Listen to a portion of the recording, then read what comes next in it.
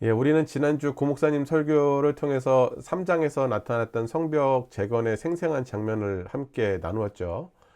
1, 2장을 통해서 하나님께서 당신의 계획을 어떻게 이루어 가시고 그 계획을 이루시기 위해서 하나님의 사람들을 통해서 어떻게 일하시는지 우리가 이렇게 살펴보게 되었습니다. 특히 하나님의 역사와 일하심 가운데 쓰임 받으면서 하나님의 사람으로 빚어져가는 과정 속에서 어떤 모습으로 하나님께 반응하는 것이 과연 합당한 것인지, 그것을 느헤미야의 모습을 통해서 우리는 살펴보았고 본문은 우리에게 도전했었습니다.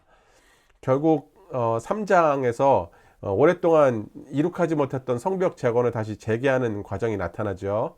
특히 북쪽 양의 문과 망대를 시작점으로 해서 예루살렘의 모든 문과 성벽을 재건하는 과정들에 참여한 사람들의 이름들이 3장에 쫙 기록되어 있는 것을 볼 수 있는데, 이것은 여러분 이 모든 것을 철저하게 준비한 느헤미야를 통해서 일하시는 하나님의 신실한 역사의 증거입니다. 그 사람들 이름 하나하나가 하나님께서 어떻게 일하셨는지를 드러내 보여주는 역사적인 증거가 되는 것이죠. 느헤미야는 사람들을 적재적소에 잘 배치해서 모두가 그 일을 전심 다해 이루어갈 수 있도록 지혜로운 리더십을 펼쳤던 것을 우리가 볼 수 있었습니다. 그 과정에서 먼저는 제사장들이 나와서 팔을 걷어붙이고 성벽 재건에 박차를 가했죠.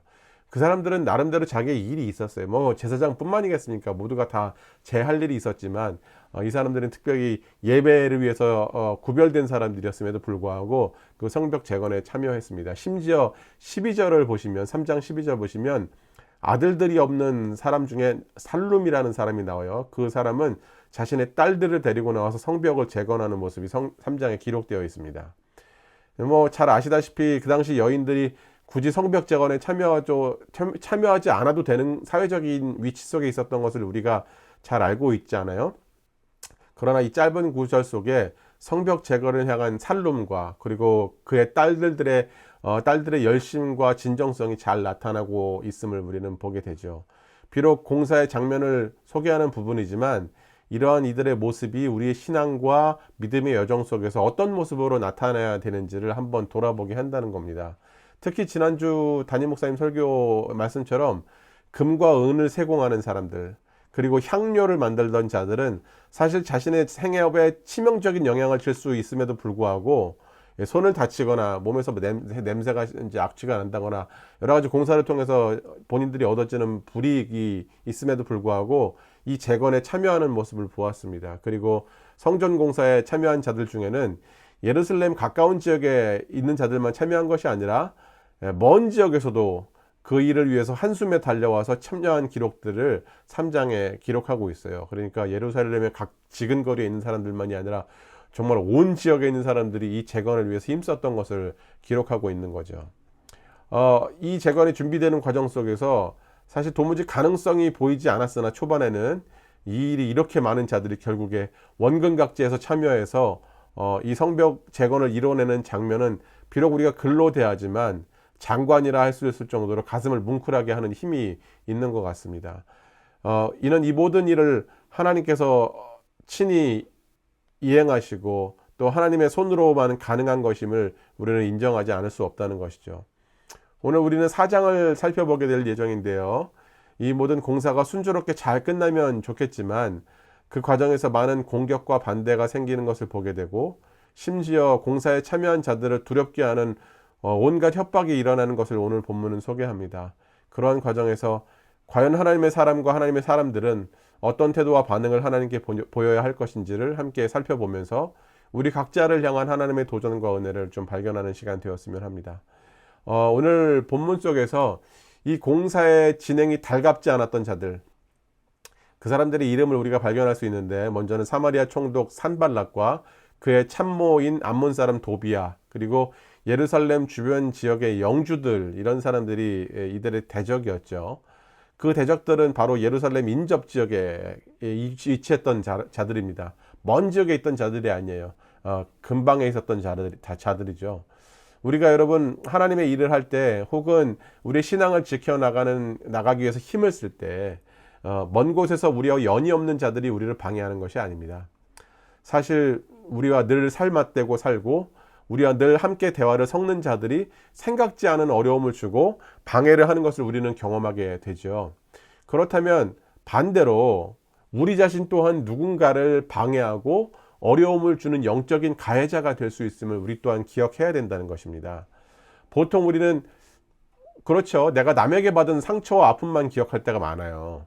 그런데 내가 타인에게 주는 영적인 아픔과 상처에 대해서는 생각지 못할 때가 많다는 것이죠. 우리가 몰랐기 때문에 또 있었지만 우리가 그렇게 함에도 불구하고 특별히 마음의 가책과 불편함을 느끼지 못할 때가 더러 있다는 것입니다. 그러다 보니까 늘 우리는 영적인 피해자 코스프레를 할 때가 많아요. 나는 이래저 힘들고 저 사람이 나를 이렇게 비난하고 나를 어렵게 했다라는 식의 피해와 아픔과 상처만 기억할 때가 많죠.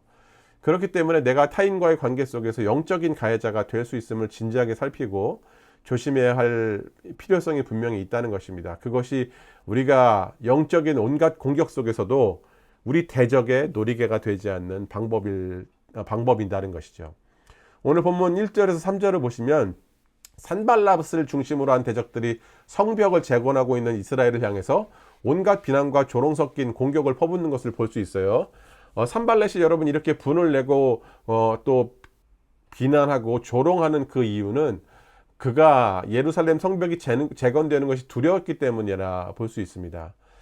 여러분 대적들이 사실 뭐 성벽 재건 자체가 두렵지 않았으면 굳이 반응할 필요도 없어요. 짓던 말던 뭐를 하든 말던 신경을 안 쓸 텐데 이들이 이것이 두려웠기 때문에 이렇게 반응을 보이고 있는 것이죠. 특별히 2장 말미에 나타났던 표현 중에 이런 말이 있어요. 페르시아 왕을 거역한다. 너희들이 페르시아 왕을 거역하고서 이거를 성벽을 짓느냐 뭐 이런 표현이 나타나거든요. 산발랏을 비롯한 그의 참모들과 주변에 있는 같이 대적 무리들이 정말 페르시아 왕에게 충성되었기 때문에 이런 말을 한 것이 아니라 이것은 하나의 변명에 불과하고 국권이 세워지는 예루살렘과 이스라엘 백성들에 대한 두려움이 그들로 이렇게 과민 반응을 일으키게 한 것입니다. 이런 대적들의 조소와 비난에 느헤미야는 지혜롭게 첫 바둑돌을 딱 놓는데요. 그것이 바로 위기 속에서 진정한 도움은 하나님으로부터 온다는 것을 기억했다는 거예요. 느헤미야의 이런 영적인 자각은 자신뿐만 아니라 온 이스라엘 백성들에게 영향을 미칩니다. 특별히 오늘 보면 4절과 5절을 보시면 느헤미야가 이스라엘의 백성들과 함께 하나님 앞에 엎드려 기도하는 것을 볼 수 있어요. 4절과 5절에 나타난 느헤미야의 기도의 내용을 보시면 정말 이 모든 일의 진정한 도움과 주권이 하나님께만 있음을 발견할 수 있어요. 보통 이와 같은 상황이면 이 모든 공사에 재가를 내린 페르시아 왕의 위세를 등에 업는 것이 당연하고 훨씬 더 손쉬운 대처법 아닐까요? 봐라, 우리 이 공사의 재건과 재가를 허락하신 분이 아닥사스다 왕이다, 이렇게 그의 위세를 등에 업고 대적들에게 말할 수 있지만 또 기도할 때도 사실 그렇게 기도할 수 있지 않을까요? 하나님, 아닥사스다 왕의 힘을 통해서 저 대적들의 입을 닫아달라 라고 그렇게 편하게 구하는 것이 더 확실하지 않겠습니까? 그러나 느헤미야의 기도의 내용은 하나님이 아닌 다른 어떤 능력과 권위에 대한 기대감이 나타나 있지 않다는 거예요. 그의 기도 속에 하나님이 아닌 다른 힘과 다른 능력에 대한 언급들이 전혀 없어요. 대적들에 대한 처벌도 하나님께 맡겨드리고 그들의 모든 대적함이 결국 하나님은 대적함이라 선포하고 기도하고 있는 것이죠. 여러분, 뭐 어쩌면 아닥사스다 왕에게 전가를 보내가지고 지금 그들을 대적하는 자들의 입을 막아달라고 요청하는 것이 어쩌면 지혜롭거나 현실적인 대처 방법 내지는 정치적인 입장이라고도 할 수 있습니다. 그러나 그 모든 선택지들 앞에서 느헤미야의 대처는 먼저 이 모든 주권이 하나님께 있다는 것을 분명히 기도를 통해 확정하고 선언하고 있는 믿음의 행위를 본문에서 볼 수 있다는 거예요. 여러분, 제가 2주 전에 말씀을 함께 나눌 때 이런 내용을 나눈 적이 있어요. 기도하면서 우리가 할 수 있는 최선을 다해야 함을 말씀드린 적이 있습니다. 저는 그것을 기도의 영성을 행함으로 옮기는 지혜라고 말씀드렸어요. 그런데 여러분, 그런 지혜로움도 먼저 기도를 통한 하나님의 주권을 인정하는 것으로부터 시작되어야 한다는 거예요. 그렇지 않을 경우에 우리는 하나님 방법이 하나님보다 우선시 되는 우를 범할 가능성이 훨씬 더 많습니다. 결국 한두 번 반복되는 그런 실수들은 결국 우리의 생각과 행함을 통째로 바꾸어버리는 실수로, 아주 비극적인 실수로 이어지게 된다는 것이죠. 즉, 인생의 모든 선택과 위기 앞에서 하나님은 사라지고 인간적인 방법만 남게 되는 것이 그런 비극적인 결말 아니겠습니까? 하나님의 인도함과 도움이 없이는 그 어떤 인간적인 방법도 효과적이지 않다는 영적인 중심과 확신이 우리 모두에게 있어야 될 것이고 에제르 예배자 모두에게 있기를 간절히 소원합니다. 여러분 6절을 보시면 백성들의 놀라운 반응이 나타나요. 산발락과 모든 대적들의 공격과 비난 속에도 이들이 어떤 반응을 보였냐면 6절 보시면 백성이 마음 들여 일을 하였습니다. 마음 들여라는 표현이 어떤 표현인지 싶어서 영어를 봤더니 영어에서 이렇게 얘기해요. The people worked with all their heart. 그러니까 이들이 대적들의 온갖 비난과 조롱과 협박 속에서도 이 이스라엘 백성들이 전력을 다해 사력을 다해 이 성곽 공사에 임했다는 것을 성경은 분명히 기록하고 있어요. 결국 성곽 전부가 연결이 되고 높이가 절반이나 올라가게 되었다는 그 진척에 대한 모습도 또 기록하고 있습니다. 느헤미야가 가졌던 자각, 즉 정말 진정한 도움이 하나님으로부터만 온다는 그 영적인 자각은 자신뿐만 아니라 온 백성으로 하여금 한 마음을 품고 함께 기도하며 함께 엎드리게 하였고 더 나아가 이들로 하여금 갖은 반대 속에서도 성곽 재건을 멈추지 않고 이어가도록 했다는 놀라운 능력으로 작용하고 있다는 것을 보게 돼요. 여러분 한 사람의 깨어있음과 영적인 자각은 자신뿐만 아니라 다른 사람을 깨우는 일에 사용되어진다는 것을 우리가 기억해야 되고 본문은 우리에게 도전하고 있다는 것입니다. 그렇다고 여러분 이 모든 과정이 쉽다는 말씀은 아니에요. 혼자 외로운 고군분투를 해야 될 경우도 분명히 있고요. 남을 깨우는 과정 속에서 빚어지는 영적인 피곤함들이 우리에게 끊이지 않을 수 있다는 거예요. 그러나 본문에 나타난 바와 같이 하나님께서 이 일에 함께 뛰어들어 성곽 재건을 위해서 힘쓰는 무리들을 보내주신 것 같이 주님께서 우리의 영적인 여정 속에 함께 동행하고 계심을 우리를 확신케 하는 사건들이 우리 삶에 분명히 일어나게 될 것입니다. 에제르 예배자 여러분, 여러분이 지금 마주한 영적인 고난이 무엇입니까? 여러분이 지금 마주하고 있는 고통과 아픔이 무엇입니까? 그 일에 여러분을 위해 위로하고 격려하며 함께 기도해 줄 수 있는 동역자들을 찾으시기를 원합니다.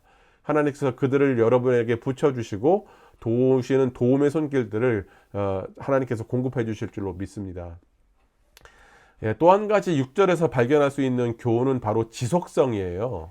어떤 지속성인가 하면 반대와 공격 속에서도 하던 공사를 멈추지 않았다는 겁니다. 여러분 대적들의 비난이 잦아들면 그때 다시 공사를 재개할 것이다 라는 얕은 수를 사용하지 않았다는 거예요.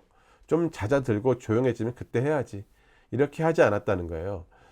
그들이 공사를 멈추게 되면 그 비난과 반대가 조금 사그러들 때까지 공사를 멈추게 되면 더 큰 비난과 조서가 쏟아졌을 것입니다. 저것 봐라 우리가 힘도 쓰지 않고 말로 공격했는데도 불구하고 하던 공사를 멈췄네 라고 얘기하면서 승리를 자부하고 대적들은 또 다른 비난을 이어갈 것이죠. 봐라 우리가 말했던 대로 저들은 이 공사를 이어갈 수 없는 부질없는 짓을 하고 있다 이라고 여러 가지 비난들을 더 얹어서 그들을 조롱할 것이 아니겠습니까? 여러분 2023년도가 이제 한 달하고 보름 정도밖에 남지 않았어요. 올해를 시작하면서 여러분께서 하나님 앞에 마음 먹고 결단했던 그 약속과 다짐들은 어떤 것들이 있습니까?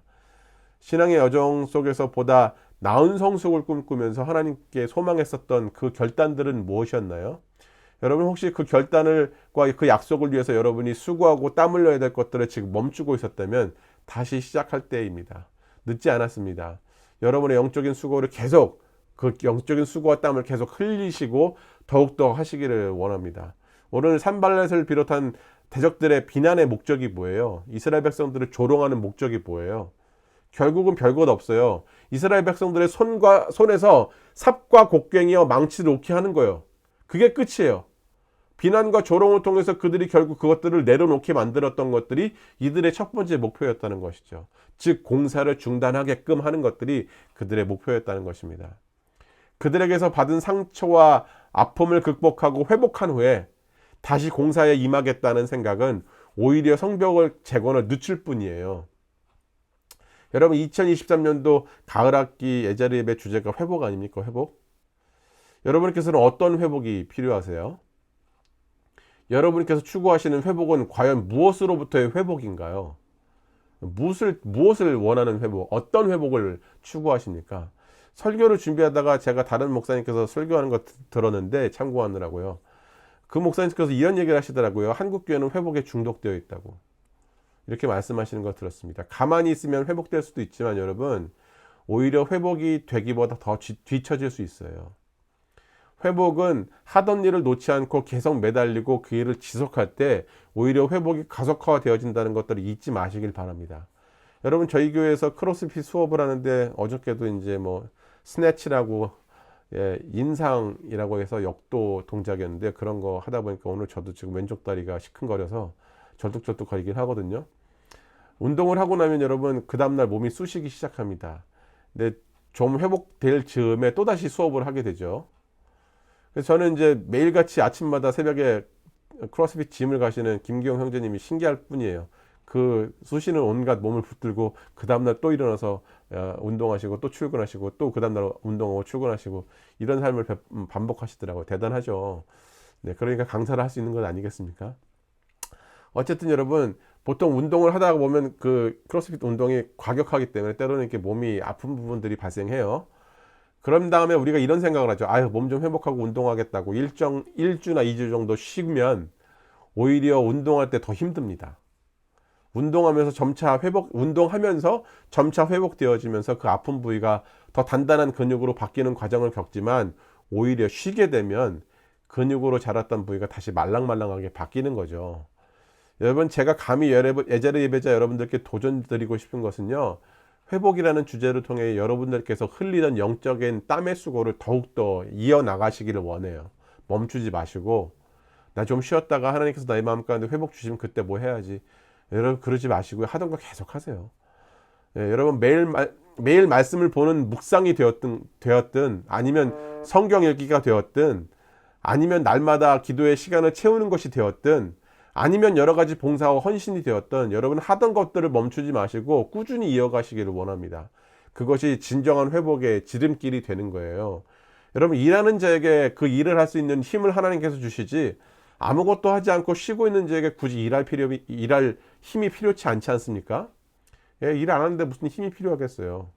방해와 공격 속에서도 성벽을 재건하려 했던 자들에게 필요한 힘과 담대한 마음을 하나님께서 공급하셨듯이 신실하게 지속하는 여러분의 영적인 노력과 수고에 하나님께서는 또 다른 힘을 공급해 주실 줄로 믿습니다. 그러니까 여러분들 지금 하고 계시던 거 내려놓지 마시고 꾸준히 이어가세요.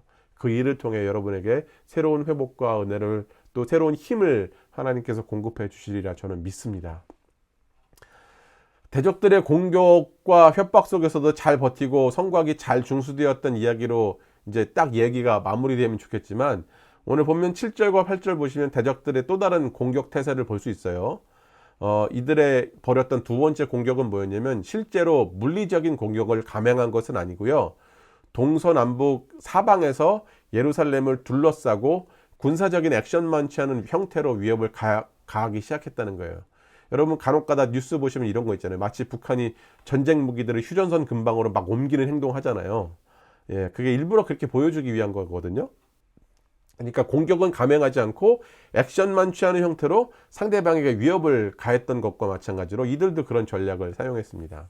9절을 보니까 대적들의 새로운 위협에 느헤미야가 때로 또 다른 새로운 수를 놓습니다.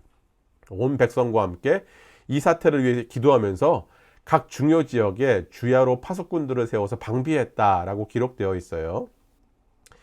여기서도 마찬가지로 기도의 끈은 놓지 않습니다. 여전히 도움이 하나님께로부터 온다는 것을 굳건하게 믿고 진정한 주권자 되신 하나님을 향해 도움을 구하고 두 번째 수를 놓던 것이죠. 동시에 파수꾼들을 밤과 낮에 세워서 적의 동태를 확인하도록 합니다. 적이 언제 어떻게 공격해 올지 모르기 때문에 경계를 낮추지 않도록 적절한 조치를 취하는 것을 볼 수 있죠. 마찬가지로 여러분, 우리에게도 예상치 못한 영적인 공격들이 찾아올 때가 있습니다. 그런 공격들을 대비해서 우리 스스로 깨어있을 수 있는 나만의 방법들을 구축해야 할 것을 본문은 우리에게 도전하는 것 같아요.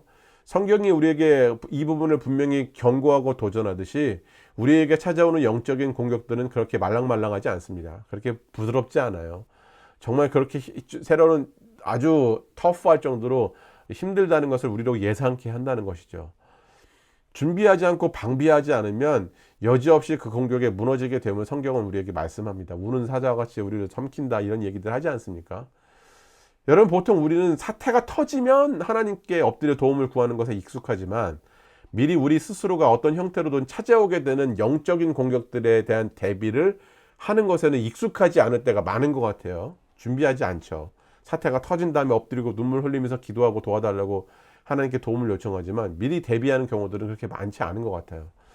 여러분, 이러한 사전 준비는 우리로 마주하게 될 영적인 공격의 타격감을 줄일 수 있는 지혜입니다. 모든 영적인 준비는 한 번에 되지 않죠.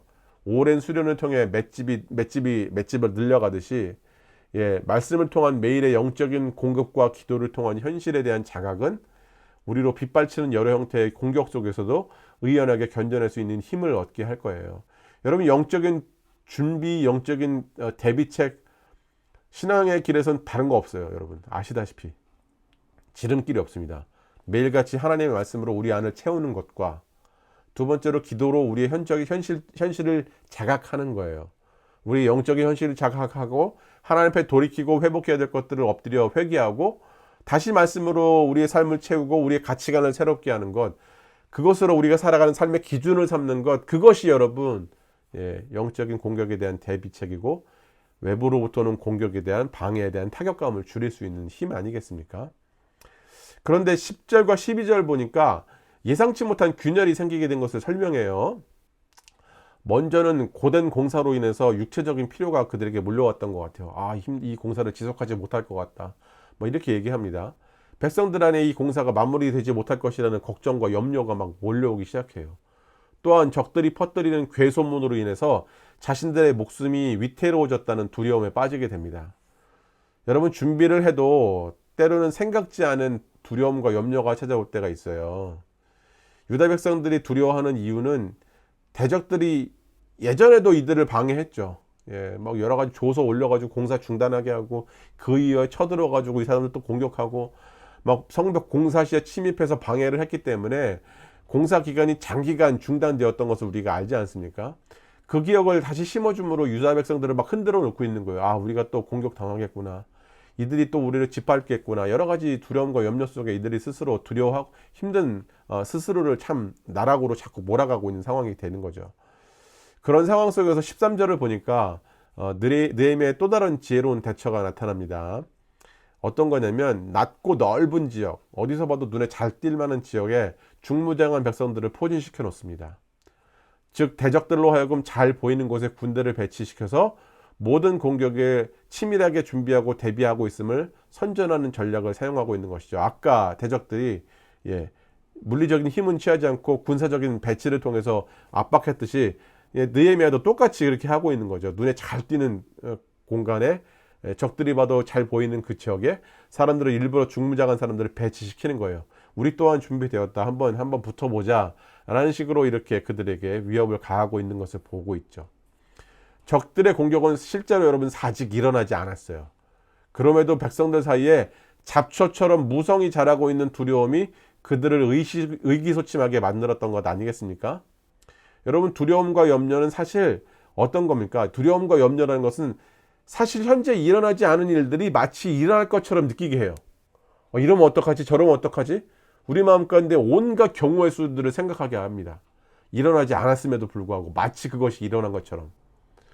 현실에는 아무런 일도 일어나지 않았다는 거예요. 실제로는. 즉 두려움과 염려는 현실을 정확하게 직시하지 못하게 하는 힘을 가지고 있어요. 다시 말씀드려서 염려와 두려움은 우리를 속입니다. 우리에게 찾아오는 두려움과 염려의 공격에 우리의 마음을 내주지 않기를 결단해야 되는 거죠. 실제로 아무런 일도 일어나지 않은 상황에서 마치 당장이라도 무슨 일이 일어날 것만 같은 속임이 우리의 마음을 지배하기 시작하면 우리는 그 다음 스텝을 내디딜 수 없게 될 것입니다. 14절을 보면 정확히 현실을 인식하는 느헤미야의 모습이 나타나요. 느헤미야는 유다 백성들이 진정으로 두려워할 대상이 적들이 아니라 하나님이심을 분명히 밝혀 일러줍니다. 우리도 이들 같을 때가 많죠. 우리에게 찾아오는 위기 앞에서 두려워 떠는 경우는 많아도 하나님을 두려워하지 않을 때가 많습니다. 문제보다 크신 하나님이다. 뭐 누누이 말하면서 찬양으로 고백하고 이야기하지만 실상은 문제에 함몰되어서 하나님도 인식하지 못하는 우를 범할 때가 많아요. 그러나 성경은 분명히 두려워야 될 분이 하나님이라 이렇게 밝히고 있고 알려주고 있습니다. 이들이 성벽을 재건하게 되는 원래 이유가 뭡니까? 왜 이렇게 재건하게 됐어요? 성벽이 왜 무너졌습니까? 이들의 죄악 때문이었죠. 그들의 죄악을 하나님께서 심판하시기 위한 도구로 바벨론을 사용하셨던 것들을 보게 됩니다. 결국에 이 재건의 시작은 이들의 불순종으로부터 시작했던 거예요. 하나님을 향한 불순종, 하나님을 두려워하지 않았던 그들의 삶의 태도들. 느헤미야는 그것을 깔고 이야기하는 거예요. 이들이 정말 그것을 기억했던 것이죠. 우리가 정작 두려워야 될 분이 하나님이시다. 우리가 왜 이런 재건을 시작하고 있는가? 우리 조상들의 죄악과 수많은 일들을 통해서 우리가 역사적인 이 아픔들을 겪고 있지 않는가? 라고 그들에게 얘기했을 때 그들은 마음이 절절하게 느꼈을 것이고 어떤 것인지를 분명히 깨달았을 것입니다. 여러분, 누구를 두려워해야 하는지를 정확하게 파악하고 직시하는 것이 영적인 전투에서 승리할 수 있는 가장 확실한 전략입니다. 결국 이어지는 15절을 통해 하나님은 당신께서 이 모든 사태의 주도권을 쥐고 계셨음을 나타내세요. 15절 한번 읽어드릴까요? 15절. 오늘 본문 15절 말씀 한번 같이 읽어볼까요? 4장 15절 말씀입니다. 성경 가지고 계시면 한번 같이 보면 좋겠어요. 하나님은 가난한 자를 강한 자의 칼과 그 입에서 또한 그들의 손에서 구출하여 주시나니. 이렇게 이거 여기 욥기네요. 죄송합니다. 죄송해요. 네, 요즘 이렇게 실수가 많은지 깜짝 놀랐네. 우리의 대적이 우리가 그들의 의도를 눈치챘다 함을 들으니라. 하나님이 그들의 꾀를 패하셨으므로 우리가 다 성에 돌아와서 각각 일을 하였는데. 네, 하나님께서 그들의 꾀를 패하셨다라고 15절은 밝혀주고 있어요. 아무리 두려움과 염려를 심어주고 위협과 겁박을 하더라도 하나님 앞에서 대적들의 계략은 그저 얕은 수에 지나지 않았다는 것을 본문은 설명해 주고 있다는 것입니다. 하나님께서 우리를 떠나지 않고 지키시며 동행하시겠다는 약속은 여러분 하늘이 두 쪽 나도 지켜지는 약속이에요. 그분은 시건치 않으시는 분입니다. 시건하다는 뜻은 사전적인 의미로 구두로 한 말을 어긴다. 말로 한 말을 어긴다. 말로 약속했던 것을 지키지 않는다. 이런 뜻이라고 해요. 찾아봤어요. 찾아봤어요. 즉 하나님의 말씀은 영원히 이루어지는 약속이에요. 당신께서 말씀하시는 약속은 한 번도 틀려진 적이 없습니다. 그래서 우리는 여러 가지 영적인 공격 앞에서 더욱 담대해질 이유가 있어요. 왜냐하면 바로 그 결과는 늘 정해져 있기 때문에 그래요. 하나님이 우리와 함께 계시기 때문에 그래요. 그분의 말씀은 변치 않습니다. 그럼 결과는 뻔한 거죠. 결국 자신들의 계략이 실패로 돌아간 것을 깨닫고 느헤미야 백성들은 그들의 계략들이 실패로 돌아간 것을 깨닫고 느헤미야와 백성들은 공사에 박차를 가합니다. 그렇다고 경계를 소홀히 하지도 않아요. 공사가 조금은 더딜지라도 경계하는 자들과 공사하는 자들을 두 그룹으로 백성을 나눠서 번갈아 가면서 그 일을 진행시켜 가는 것을 보게 됩니다. 오늘 본문의 마지막은 끝까지 경계를 늦추지 않는 모습 속에서 공사를 진행하는 내용으로 마무리돼요. 성곽이 세워지는 것과 같이 영적인 성장과 영적인 세워짐은 영적인 공격을 동반합니다. 하나님의 사람으로 세워져가는 모든 과정에서 영적인 공격이 없으면 좋겠지만 그러한 공격들은 영적인 성장 속에 들어가 있는 하나의 패키지 같이 우리를 찾아온다는 거예요. 성숙만 일어나지 않아요. 여러분, 성숙이 공격 없이 일어날 수 없어요. 어려움을 겪지 않은 상황에서 성숙은 일어나지 않습니다. 어저께 바벨 지고 운동하다 보니까 지금 제가 막 손이 다 까져가지고 너무 쓰라리고 아픈데, 이렇게 여러 가지 운동을 하거나 이런 것들도 우리가 아픔을 감내하고 나서 근육이 생기듯이 굳은 살이 베겨지듯이 영적인 공격이 찾아와야 우리의 성숙도 더욱더 탄탄해지고 더욱더 두터워지는 것 아니겠습니까?